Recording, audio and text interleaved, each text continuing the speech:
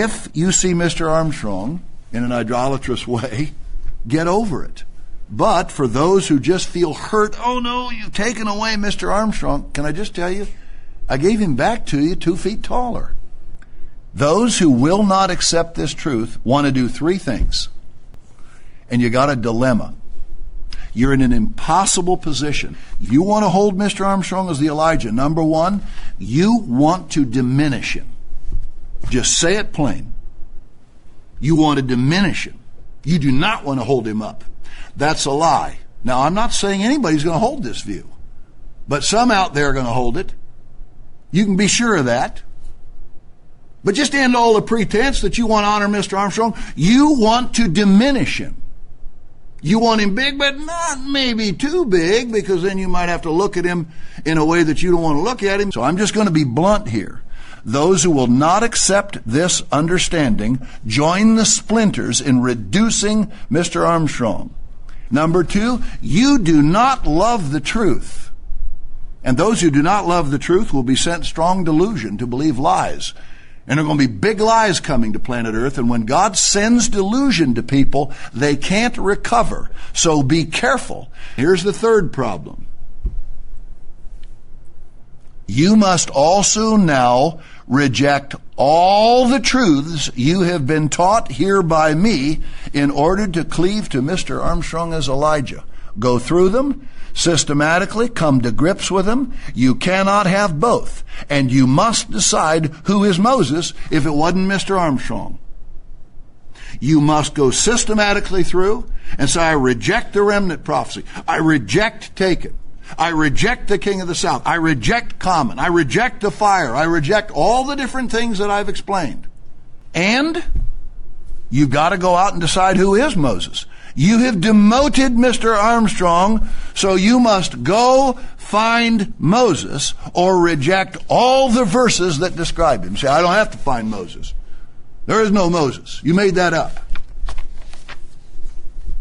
You see the problem? Now, I'm not saying anybody's going to do this. I'm just trying to be very blunt here. So we may lose some people. I don't think we're going to lose very many. If they listen to all the facts, if they have a flicker of God's Spirit, but these have no idea what they're giving up when they leave. We lose them, but they will be the big losers. Poisonous tares recently had to be ejected by Christ. Maybe a few will leave, but I doubt very many. And if they do, they're idolaters. They should leave. Look, when God brings a very pure remnant over here, do we want people here who understand, for instance, the common doctrine? They're going to have to make decisions on short notice. We have people who sat here for years and rejected it, or people who sat here for years and heard about the remnant and rejected it. Should they stay here? And others have to make a relatively quick decision over a period of weeks once this prophecy breaks. They shouldn't be allowed to stay. They need to move on. I still believe there'll be very, very few. But some of these who've left, and others out there, will almost certainly say, we've got him now. He's claiming to be Elijah. He's a megalomaniac or whatever. They will use and fan emotion in the hopes that people will not remember the avalanche of facts heard today.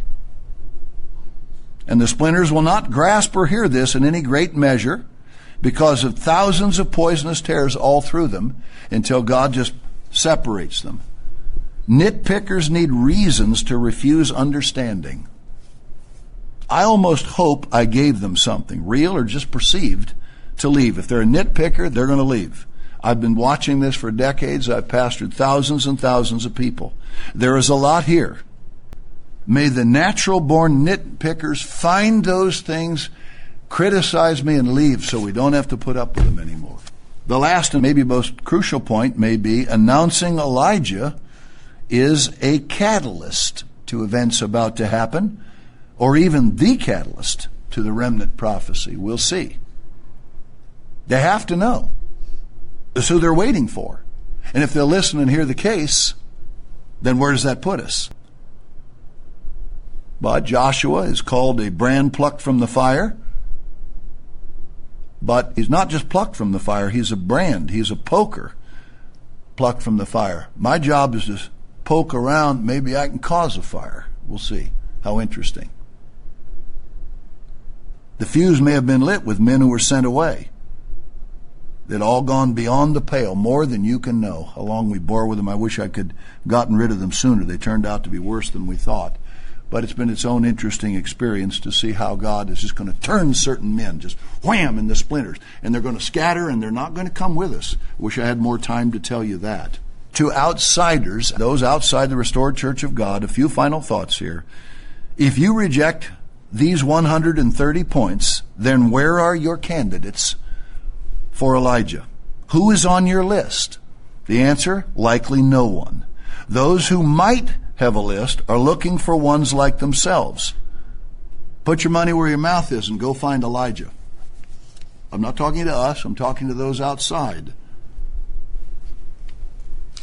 Sooner or later, those who claim to be looking for Elijah will have to get accustomed to having the one that God chose. No other man is coming. 2 reasons. 1, all that would have to be done. Who would do it? A lot of the men are much older. I don't think I could write everything all over again. And 2, there's no time. Even if the man had started 5 years ago and no one did. Think of where we are. There are no candidates. There's no possibilities. There's no other way. And God waited until there was no other possible way to see this to reveal even to me what my role was. All of what has happened among and to God's people, no one foresaw. Figuring out Elijah and Moses correctly is impossible without a servant sent to do it. Being fair, the popular, they're the 2 witnesses theory was natural to fall into. If you didn't know who Moses was, and you saw Mr. Armstrong wasn't the Elijah until someone came and rescued your understanding, it's a fairly natural place to fall. At least they're waiting for an empowered Elijah, just in the wrong setting. And too late. They'll be thrilled to find out they were wrong and they don't have to wait as long. The 2 witnesses do look very much like Moses and Elijah. But this speaks again not to who they are, but to who trained them. At the beginning I said this is too much to absorb at once. It's not possible. It will fill your thinking, but you can review everything after the fact. Now you know why I said this. You've heard it all. A CD will probably be sent to every member of the church to aid personal study. Now, do not talk outside the restored church of God for a little while after you hear this sermon, until we post the messages. Let people outside the restored church of God hear my explanation of these great truths, not yours. I wouldn't go out on some kind of missionary zeal to ram this truth down people's throats, or you'll fight God's purpose. Let me put it another way, brethren. Do not get between God and His unveiling of this prophecy. God wants His people back. In your zeal, don't rush out and hit them with information out of context, shotgun blast, blows half their face off because you wanted them to hear a message they weren't ready for the way I wove it along to you, when you even have a lot more background in many of the truths that are mentioned in this series than they do. And I still took hours to tell you. I think that should be a word to all of the wise among us, which I hope is everybody. Some of you must have wondered what the last point was that I left out of the sermon 2 weeks ago when I said we don't have time for a longer point that would last several hours. Well, you just heard it. You can see why I couldn't put it on that list. But one of the great proofs, and I've sort of alluded to it earlier on, one of the great proofs that there will be a mass healing in the church is it's part of a restoration under my office. And I couldn't say that 2 weeks ago before you understood what my office was. Brethren, somebody was going to be this man. We were willing to believe it was Herbert Armstrong. He was a man. Somebody was going to be Moses. And it turned out that was Mr. Armstrong. Like Elijah and John the Baptist, he was going to look. They were different from one another. This man was going to look and talk and be a certain way. I come as one particular human being. God could have picked others.